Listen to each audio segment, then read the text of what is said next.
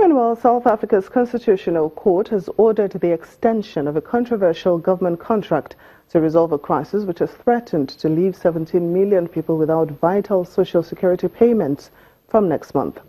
The court says the government should continue using the same private company to pay grants over the next 12 months, pending a new agreement. The same court ruled in 2014 that the company, Cash Paymaster Services, had won the tender unlawfully.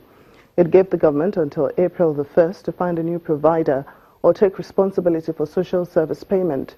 The government denied her, leading to the current scandal as the deadline loomed for the expiration of the contract at the end of the month. A team from the United Nations International Children's Emergency Fund has been assessing the camps for internally displaced persons within and outside Maiduguri, the Borno state capital. The team, led by UNICEF's Deputy Executive Director of Programs and Emergencies, Omar Abdi, says there is a need to take advantage of any opportunity to tackle the problem, food scarcity, even though resources are scarce and there's little time. UNICEF estimates that nearly 50,000 children are severely malnourished as a result of the food insecurity. Nevertheless, the fund says it is ready to increase its support and to try to fill the gaps observed during their tour. Nearly 50,000 children are severely malnourished as a result of this food insecurity. We've scaled up our programs, again working with other partners and supporting government efforts. I must say that first and foremost is the government of Nigeria, which is responding to this crisis.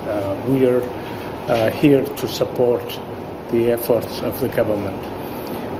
So far we have scaled up our response, and the nutrition community has reached 12,000 children that are severely malnourished per month.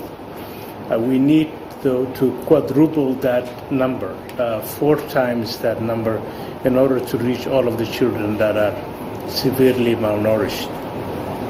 Children that are severely malnourished, if they are not treated quickly, they are at risk of dying, both for malnutrition but also for other diseases such as diarrhea and malaria. Resources are scarce, time is short. We need to have very much an approach that takes every opportunity to tackle the problem, and the water sector.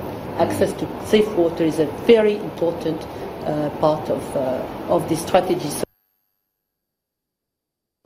Zimbabwe is expected to increase tobacco output this year to about 205 million kilograms compared to 202 million kilograms last year, after more farmers cultivated the crop. Tobacco sales could ease cash shortages in the country as a result. Tobacco is the Southern African nation's single largest export commodity, ahead of platinum and gold. Marking the start of annual tobacco auctions in Harare, Tobacco Industry and Marketing Board spokesman Ishienesu Moyo says output will climb from 202 million kilograms in 2016 after more farmers grew the crop. Tobacco is Zimbabwe's biggest export earner, bringing in more revenue than gold and platinum. Zimbabwe exports the bulk of its tobacco to China, which has become the largest investor in the southern African country. This season we've mobilized 700 million to buy tobacco from the farmers. Last season farmers benefited about 585 to 600 million from the sale of tobacco.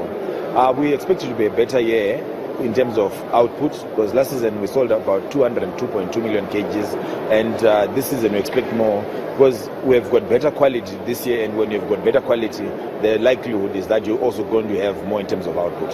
Zimbabwe is desperately short of dollars due to its moribund economy, although traditionally liquidity improves during the tobacco selling season as cash is brought into the country.